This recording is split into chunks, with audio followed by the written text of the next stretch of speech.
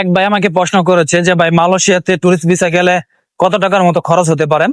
আসলে ভাই খরচটা হচ্ছে সম্পূর্ণ নিজের উপরে। আপনি আসলেন, ভালো হোটেলে থাকলেন, ভালো খাবার দাবার করলেন, হাইফাই ভাবে অনেক কিছু কেনাকাটা করলেন, তো খরচ তো আসলে আপনার নিজের উপর থাকে। আর যেটা না হলেই নয়, সর্বনিম্ন যেটা খরচ সেটা হচ্ছে আপনার যদি ভিসা করা থাকে তাহলে, আর যদি ভিসা করা না থাকে তাহলে এক হিসাব, আর ভিসা করা থাকলে এক হিসাব। যদি আপনার ভিসা করা না থাকে তাহলে আপনার ভিসার জন্য যদি মাল্টিপল ভিসা করেন তাহলে 5,500 থেকে 6,000 টাকার মতো পড়বে।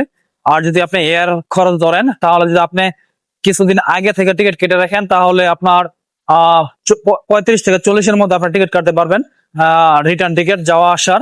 আর যদি আপনি মিডিয়াম একটা ভালো মানের মিডিয়াম টাইপের একটা হোটেল নেন, মিডিয়ামের মধ্যে যেটা ভালো সেই হোটেল যদি নেন তাহলে আপনার মিনিমাম 7 দিনের জন্য আপনাকে 500 রিঙ্গিত দিতে হবে। সরি, 500 রিঙ্গিত দিতে হবে।